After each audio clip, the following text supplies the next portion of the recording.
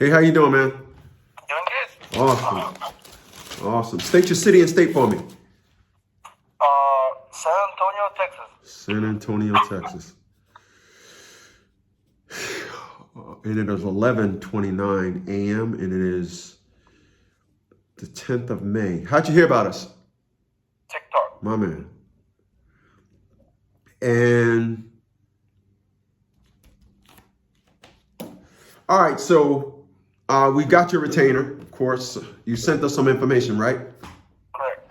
All right, let's see what we got. Give me a 2-minute recap on what we was talking about yesterday, so I can get back on track. So back last year we turned in a motion whenever I got laid off. Right. Started working underneath our LLC shortly after that layoff, and then it took a while, but I finally I emailed you a letter of what I got, and because I had moved, I didn't get this letter till like a day of the court hearing. So being in San Antonio to get all the way back to Calma, I mean, I literally was the time frame and the timing was way off. But anyways, hold on a second. Hold on a second. It says note of intent to dismiss. Correct. What does that mean to you? To dismiss the case. That's obvious. I want you to give me a little bit more in-depth detail on what that means to you, though. So from what we submitted to the motion, if they're gonna dismiss the case and nobody petitioned against it to dismiss it, then it should be dismissed. Mm-hmm. So okay, so it says notice of intent to dismiss. All counsel and record proceed parties been serviced by regular class mail, blah, blah, blah, blah, blah. The court records indicate that the case is ineligible for dismissal for what of process or reasons. The case has been on file for more than 90 days without service of a citation being preferred and or responded.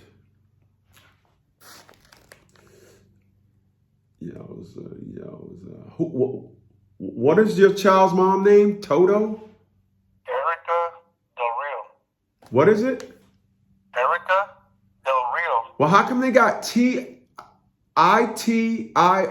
versus Rodriguez? You see that?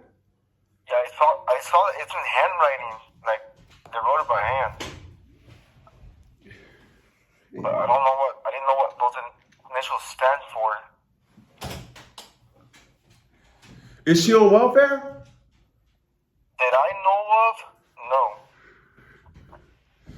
How many kids you got with her? 2. 2. And what does she do for a living? I believe she's a principal now. A principal? Correct.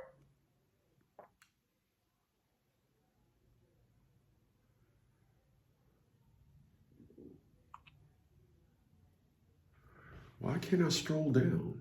Oh, there we go.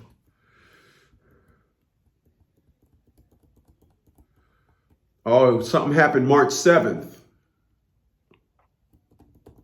Hold on. Why I can't stroll down? Freaking frack. Fuck up. I can't stroll down. March 7th at 9 a.m. And so you didn't know about it, huh? No, because by the time the mail goes through the forwarding and so on and so forth, I open up that mail like day of. The court will consider a reintention of the case if a motion is retained, is filed specific due to denial.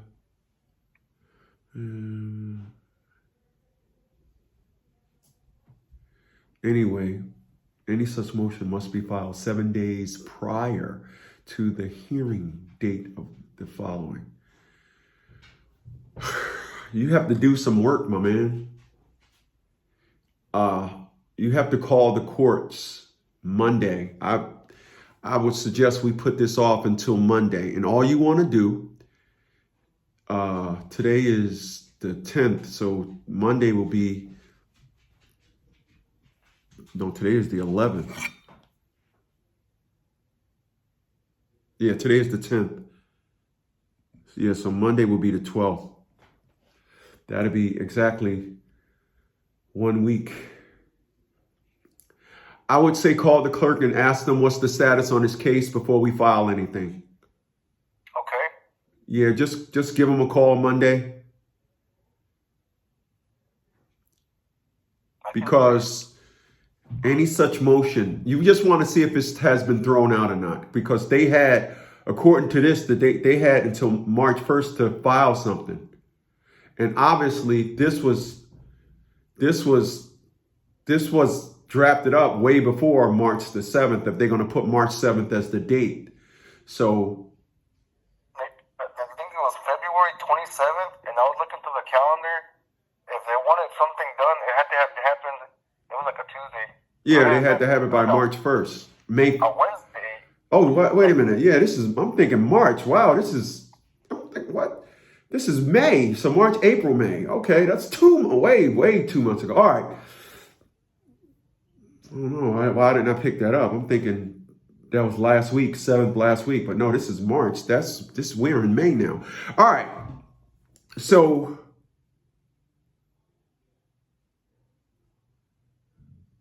how far do you live from this courthouse? Like close to 4 hours. It's in the state of Texas, though? Correct. Uh-huh.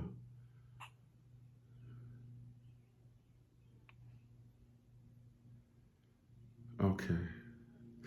Well, if you look at the top, it's something very unique. It says all counsels of record for pro se parties have been serviced by regular first class mail. When did she file? So this is in the beginning stages of, how long was this case in court? So whenever we filed a motion, it reopened the case. So I actually went and filed twice. Oh yeah, this is the chick that you had three restraining orders? Two. I'm sorry. Two. So when I went the first time to file the motion that you had drafted for me, I waited like a month to hear back, and I didn't hear back. So when I consulted with you, I went back again with another clerk, and that clerk told me that the first clerk never opened the case. Right. So she like pushed it under the table. No, I got you. So when I turned it into her, she actually went through the motions and filed the case, and it got reopened. Uh-huh. So when I checked, sure enough, it was open. This is already like October, November, and then I didn't hear anything, so I continued to send them like, what's the status updates? So that's when then they sent me this letter, and I got it on the 6th of March, like in the evening. So I was like, I read through it, so I was like, there is no time for me to have submitted anything 7 days ago. Assuming that they're probably thinking that I still live there in town, but I don't live there in town. So they don't give me enough time to even do anything. I don't know if that makes sense or not. But there was literally like just 7 days, and the mail takes like 6 days to get your stuff. Yeah, because I'm looking at the motion we drafted up for you. My bad. That was way back in August.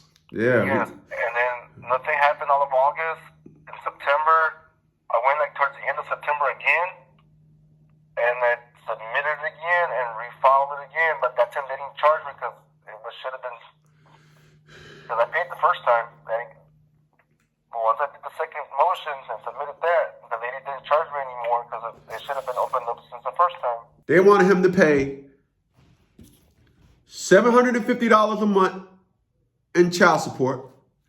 They wanted him to pay $1,200 a month in alimony. She wrecked the car that they had. They had a RAV4, a Toyota RAV4. She wanted $7,000 to get a new car, and also $7,000 in attorney's fees. Right? Mm-hmm. That's what she was suing for in a divorce. He had an attorney. The divorce was filed in October of 2023. He had an attorney. They filed. He used the attorney for a month and a half. No, 2 months, because the first month or two was our ghost service. All of a sudden, he filing the whole 2024. He filing. He goes to court in September of 2024. The judge says, I'm setting this for trial in December. He says to the judge, come on, could you do me a solid? Judge said, I'm sorry. Yeah, I'm trying to get this done over quick, because I need my alimony. The judge says to him, we got you at $53,000. We got her at $24,000. So you're going to be paying alimony. He said, okay. Left there, told us, we got the court transcripts, filed a federal charge on that judge. Why did we do that? He went to court in September, and this was the judge told him. But back in April, some 5-6 months earlier, we filed all his updated medical financial information. Because the judge didn't know that, he was incompetent. They kept the judge on the case.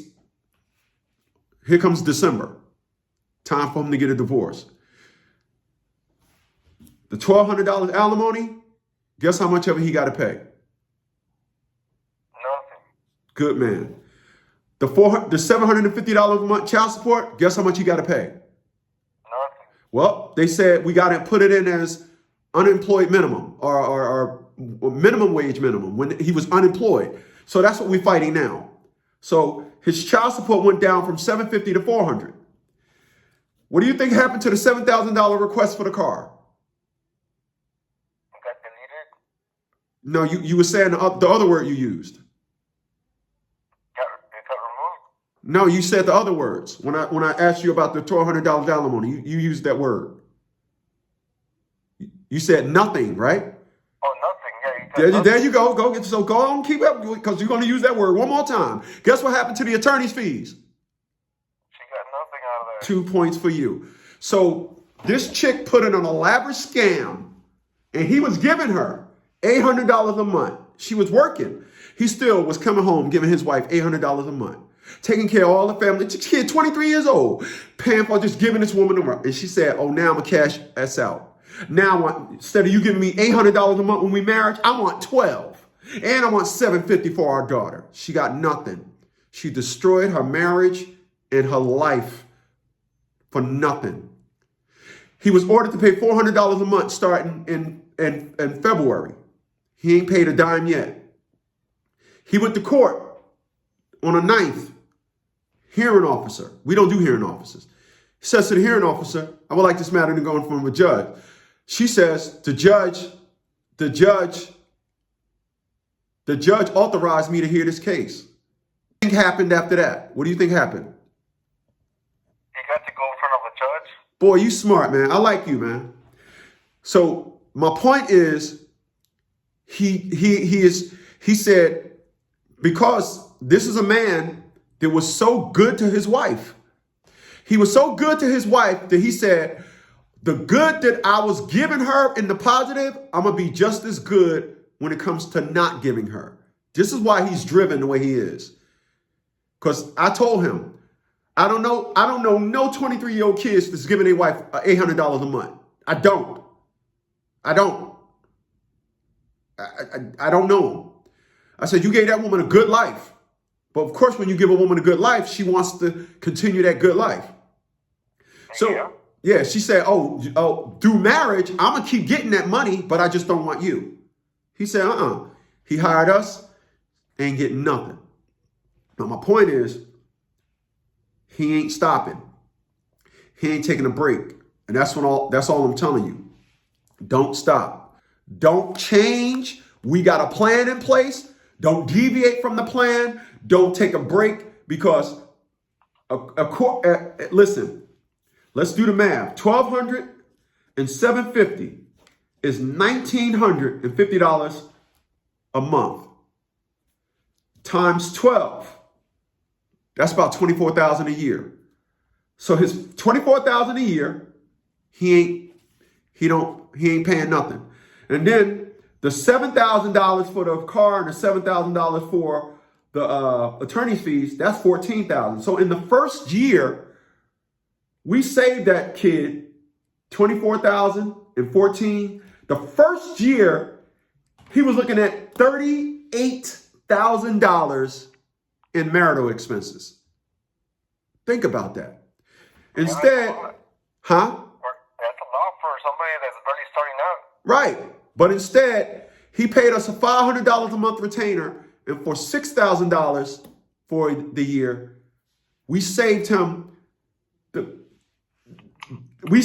so much. So from saving his bunhole, he got it back, because you got to think his daughter is only 2. So the child support was going to be for 16 more years. And the alimony, she would have been a slick ass. She would have never got remarried. That would have been for life. It's so just steady the course. All right. So Monday, all I want you to do, just call them up and say, I'm just trying to understand the status. And here's what I want you to do. I'm going to email you our daddy's house address, okay? Okay. You ain't paid for the service yet. But if they say, well, the case is still open, we're looking for you, what's your address? I'm going to give you the daddy's house address. You can say, this is my new address, and then sign up for our daddy's house service. If they don't ask you that, they say it's closed, cool. What I'm just trying to set you up for is, I don't want you to get banged. So if they say, yes, is this Mr. Rodriguez? Well, we've been trying to serve you. Look, I've been moved. I live in Virginia now. I don't live here no more. All right. Okay. You know why I want you to do that, right? Yeah, that way they don't come bother me at home no more. And you're out of their jurisdiction.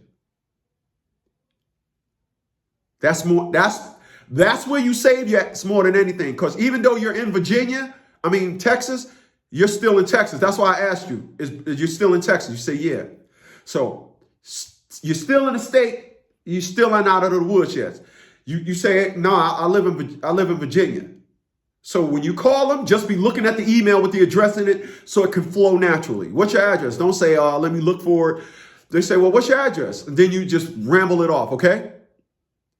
So you protect yourself. And if you have to use it, say, hey, listen, man, I don't have the $275 for it now, but I have it Friday. But what I'm telling you is, I want you to not be in their jurisdiction. I want this thing to be out of their reach, is what I'm trying to tell you, okay?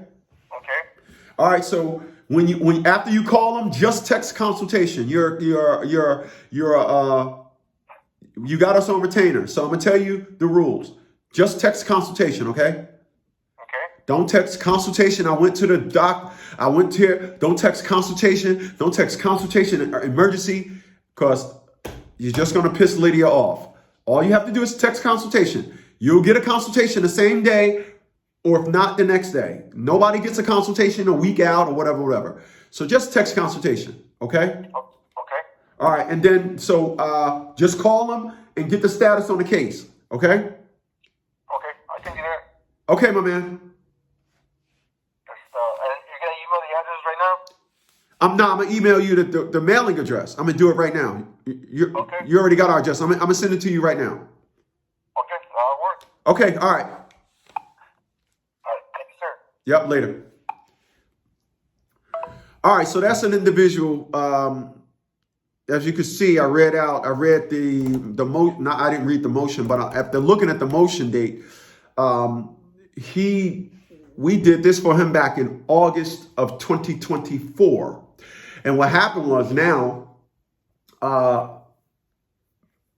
they're reaching out to him, and he's saying that he didn't get the date. And now comes the defendant on August 2026, 2024, with this motion to emancipate the current child support order. All right, that's what we did for him, and he just kept dibbling, dabbling, but now he has us on retainer, so things are going to work out better for him. So when you need us, 732-875-9111. That information will be below the video.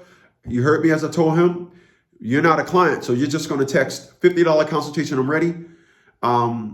and the information be below the video. Don't call, don't text $50 consultation because I'm tired of this B. Please don't do that. All right.